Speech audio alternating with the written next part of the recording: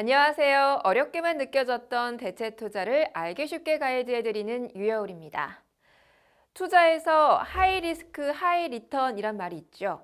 높은 수익을 위해서는 위험을 감수해야 하는데요. 최근에는 위험성을 줄이고 안정적인 투자에 대한 선호도가 높아지는 만큼 해외 채권에 대한 관심도 높아지고 있습니다. 이번 시간은 이 해외 채권이 대체 투자로서 어떤 특징을 가지고 있는지 살펴볼 텐데요. 오늘도 전문가 두 분 모시고 함께 이야기 나눠보겠습니다. 안녕하세요. 안녕하세요. 이번 시간에는 해외 주식에 있어서 해외 채권 대체 투자에 대해 알아보려고 하는데요. 위험에 민감한 투자자들은 주식보다는 채권을 선호하잖아요. 국내 채권뿐만 아니라 해외 채권 투자의 인기도 점점 높아지고 있죠. 네, 투자 규모는 국내 채권이 훨씬 많지만 증가 속도 면에서는 해외 채권이 빠르게 증가하고 있습니다.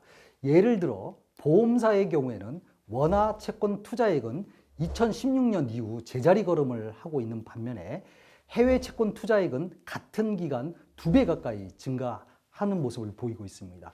개인 투자자들은 역시 관심이 높아지고 있고요. 그럼 이렇게 해외 채권 투자로 돈이 몰리는 이유는 뭐가 있을까요? 네, 당연히 채권 특유의 안정성과 이자라는 고정소득을 꼽을 수가 있겠죠. 거기에 더해서 국내 채권보다는 높은 수익률을 거둘 수 있다는 상대적인 매력까지 더해지고 있습니다. 그 말씀하신 국내 채권보다 높은 수익을 거둘 수 있다라는 건 이자 수익을 말씀하시는 건가요? 맞습니다. 그렇게 보시는 게 맞겠죠. 예를 들면은 현재 그 한국 10년물 국채 금리가 1.87% 정도인데요. 미국 10년물 국채 금리는 2.5%, 브라질 국채 금리는 9%까지 나오고 있어요. 이자와 관련된 표면 이자율도 시장 금리하고 비슷한 수준이고요. 약속된 그 표면 이율에 따라서 이자가 지급되는 거니까 당연히 이자 소득 측면에서 보면은 매력적으로 느껴지는 게 이 해외 채권인 거죠. 안 그래도 브라질 국채 투자는 몇 년 동안 계속해서 인기를 끌고 있다고 알고 있는데요. 좀 더 자세하게 말씀해 주시겠어요? 네, 브라질 국채 투자가 인기를 끈 이유는요, 무엇보다도 연 10% 정도 수준의 이자를 지급한다는 거였거든요. 단순 계산을 해도 1억 원을 투자하면은 매년 1,000만 원 이자가 나온다는 거죠. 거기에다가 이자 소득이 비과세까지 된다고 하니까 더욱 큰 인기를 끈 거고요. 지금까지 국내 증권사에서 브라질 국채를 판매한 규모를 보면요, 대략 한 8조 원을 넘어섰다고 합니다. 이자 수익이 달러로 지급된다는 점에서 보면은 자녀 유학 경비 등으로 활용할 수 있다는 이점까지도 있죠. 와, 상당히 매력적인데요. 이렇게 높은 이자를 얻을 수 있는 해외 채권들이 많이 있나요? 브라질 국채가 인기를 얻으면서 최근에는 멕시코, 러시아, 인도 등의 국채들도 높은 관심을 얻고 있습니다. 국내 증권사에서도 이들 국채에 대해서 설명회도 많이 열고 있는 편입니다. 그렇군요. 그렇다면 국내 금리보다 높다고 말씀하셨던 미국 채권 투자는 어떤가요? 네, 최근에는 미국 채권에 대한 관심도 매우 높은 편인데요. 안정성이 높은 데다가 국내보다도 채권 금리가 높아졌으니 당연히 관심을 끌 수밖에 없겠죠. 특히 달러를 보유한 투자자들한테는 매우 유리한 상황이라고 할 수가 있고요. 환전 비용 없이 3%대 초반 정도 수준의 달러 채권에 투자를 하거나 2% 중반대 환매 조건부 채권, 즉 RP라고 하는데요. 이런 거에 투자를 할 수 있기 때문입니다. 특히 미국 회사채는 투자 등급 회사채가 4% 이상 이자를 지급하고 있어서 인기가 높다라고 할 수가 있습니다. 그렇군요. 해외 채권이 갖고 있는 매력이 생각했던 것보다 많은 것 같은데요. 해외 채권 투자에 따른 리스크도 만만치 않다고 하던데 이건 또 무슨 얘기인가요? 네, 매우 중요한 얘기죠. 투자자들이 절대로 놓치지 말아야 될 부분이기도 하고요. 바로 환 위험이죠. 해외 채권 투자는 기본적으로 해외 투자기 때문에 해당국 통화로 표시된 채권에 투자를 합니다. 즉, 우리 입장에서는 원화를 달러로 바꾼 후에 다시 해당국 통화로 또 바꿔서 투자가 이루어지는 거죠. 해당국의 통화 가치에 따라서 투자 원금이 달라질 수 있다는 겁니다. 다시 말하면은 해당국의 통화 가치 변화가 투자 수익에 매우 중요한 변수가 되는 겁니다. 정말 그렇겠네요. 좀 구체적으로 사례를 들어 설명해 주실까요? 네, 우리가 앞서서 얘기했던 브라질 국채를 한번 예로 들어볼까요? 원 헤어라 환율이 2010년대 초반만 하더라도 600원, 700원 한 적도 있었는데요. 지금은 300원 이하예요. 헤아라 가치가 원화 대비 절반으로 떨어진 셈이죠. 당시에 투자했던 투자자 입장에서는 원금이 반토막 난 셈이라고 생각하시면 될 것 같고요. 반대로 생각하면은 환율이 300원 이하에 투자했을 때 다시 600원, 700원대로 돌아간다면은 엄청난 환차익이 발생할 수도 있고요.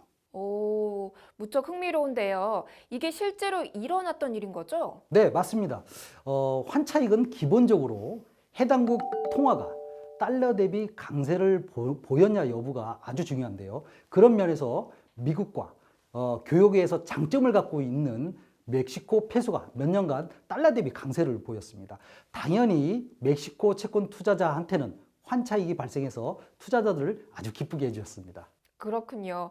그런데 어쨌든 나는 환 리스크가 싫다라고 한다면 환 해지를 하면 되는 거 아닌가요? 그렇습니다. 환해지라면 되는데요. 환해지도 공짜는 아니라는 거는 알아야겠죠. 당연히 환해지에 비용이 들어갑니다. 더구나 원달러 해지하고 달러 그리고 해당국 통화 이렇게 두 번 해지를 해야지 완벽한 해지인데 결국 이중으로 해지를 해야 되기 때문에 비용도 이중으로 두 배가 더 크게 증가할 수밖에 없습니다. 이렇게 되면 어떻게 보면은 배보다 배꼽이 더 커질 수 있는 셈이거든요. 네, 너무나도 중요한 투자 요인이네요.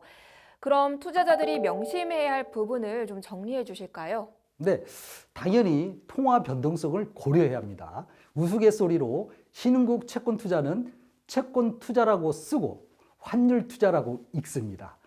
그만큼 금리 변동보다도 환율 변동이 크기 때문에 투자에서는 훨씬 중요한 요인이라고 할 수가 있는데요. 따라서 신흥국 채권 투자를 고려하신다면 이 환율이 유리할 때 들어가시는 게 핵심 포인트입니다. 네, 알겠습니다. 그런데 환율은 전망이 복잡하기 때문에 투자자들이 쉽게 판단하기 어려울 것 같아요. 근데 그게 좀 어떻게 보면 아픈 진실인데요. 사실 투자라는 게 쉽게 얻어지지는 않습니다.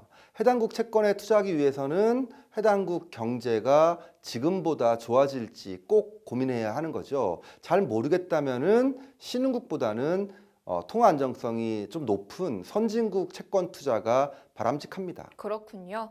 환 리스크 이외에 투자 수익에 영향을 주는 요인이 또 있을까요? 네, 모든 채권 투자에는 금리 변동 리스크가 당연히 존재하고 있습니다.